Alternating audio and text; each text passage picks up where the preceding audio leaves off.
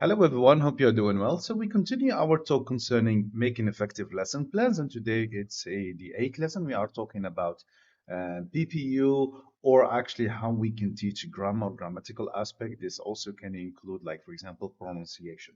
So today we are going to talk about the two frameworks, and basically they are the same. So I'm going to walk you through here what we are going to do. So let's start first the lesson plan. As usual, we said we start cross-curricular competencies.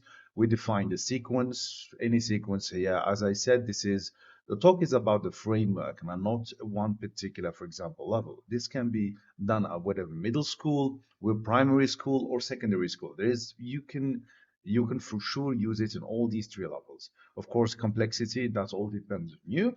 So let's say, for example, it's not going to be lesson one. This lesson is always going to be like maybe the third lesson. As I said, I do prefer this lesson to be after the read and write. So I would start first, if you haven't watched my videos, I would start first with listen and speak lesson, then read and write, then the practice. And of course, this is going to make sense to you. So the PPU, you can set the objective as you want because this lesson is going to be focusing on one grammatical aspect, maybe focusing on pronunciation also. So vocabulary, all these things we have walked through the material. So here also you can use the textbooks or the worksheet. And I would say that for the materials, you need to bring also, like for example, if you have used the text and read and write, you also need it in this session. That's very, very important. So let's start with the warm up. What are we going to see in the warm up? Of course, the warm up in the PPU session is also going to be used for recall and reinforcing information, building on prior knowledge. You don't want to bring something new, like for example, new situations. We want also to work from engagement and assessment of retention. All these are at the level of warm up because you are going to remind your learners of the previous sessions, what you have talked about in the listen and speak and read and write. That is very, very important. Now, but this the most important aspect in the grammar session or the practice session is the idea of contextualization. You see, if you are going to teach grammatical aspects and you start with new examples, really they are not going to make sense for the learners, as if you are teaching them grammar for the sake of grammar. But what we want to do, we really want to make like the previous lessons like the foundation of what you are going to teach. So when it comes to the theme or the communicative aspect of the lesson, you still in the same theme you started your sequence. For example, if you're talking about narrating past event, we still about that. We still want to talk about this. It's not the grammar is just a tool here. So that's why it's very important in this lesson that you start with listen and speak and read and write and use all the resources you have used in these two lessons. Now, let's move and talk about the framework. I mean, these acronyms stand for what? For the PPU, we have present, practice, and use. You will see on the other side, we have presentation, isolation, analysis, stating the rule, and practice. As you can see, they're basically the same. So in the presentation, here just you will have to isolate that grammatical aspect. You want to analyze it with your student further, and of course, you are going to state the rule. And this is something I think all the teachers already do. This is just describing the best practice for teachers. So basically, for especially teachers telling me what's the difference and is that a huge no, basically they are the same. There is not big difference there. So let's talk about the presentation.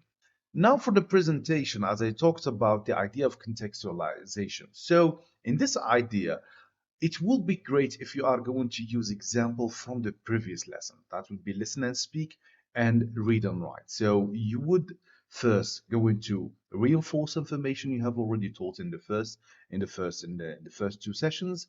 You are going to help them all to understand, and in the same time, you try to avoid new situation. You try to avoid like confusing your learners with something new.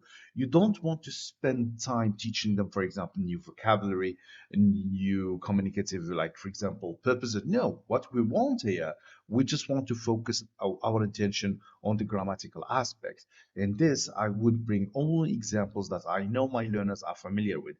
And here, one of the things that I usually do, that I usually bring the text that I have dealt with read and write, because that is going to be your primary resource when it comes to this session. That's why I said if you have done the read and write session in a very good way, this session is going to be so easy for you.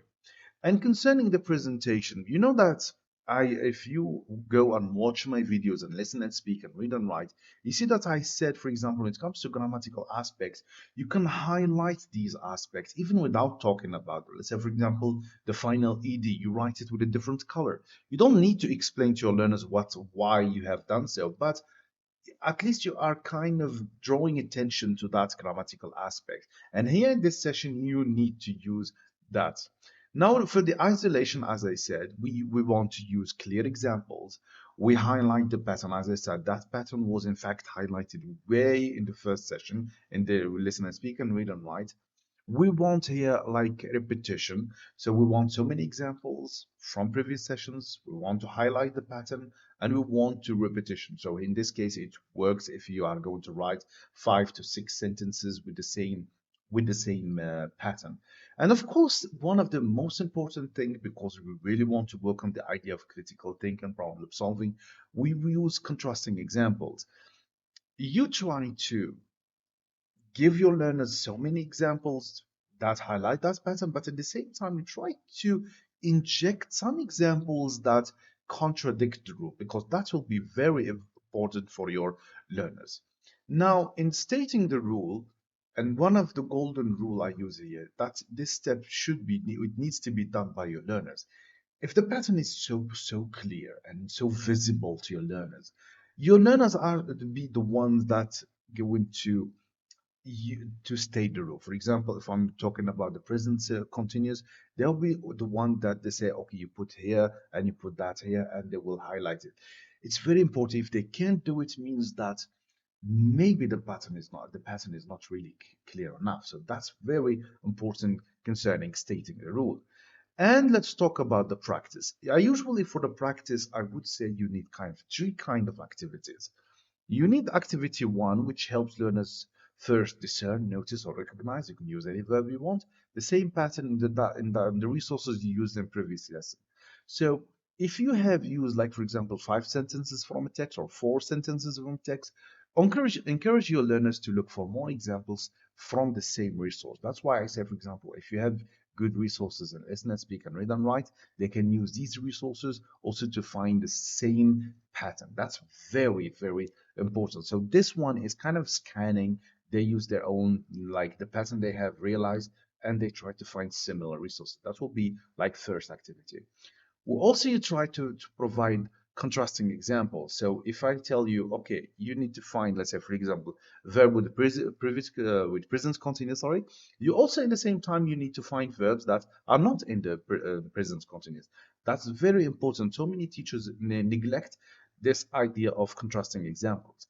And finally, we want to help learners produce meaningful sentences that are related to the overall theme of the sequence. What do you mean by meaningful sentences?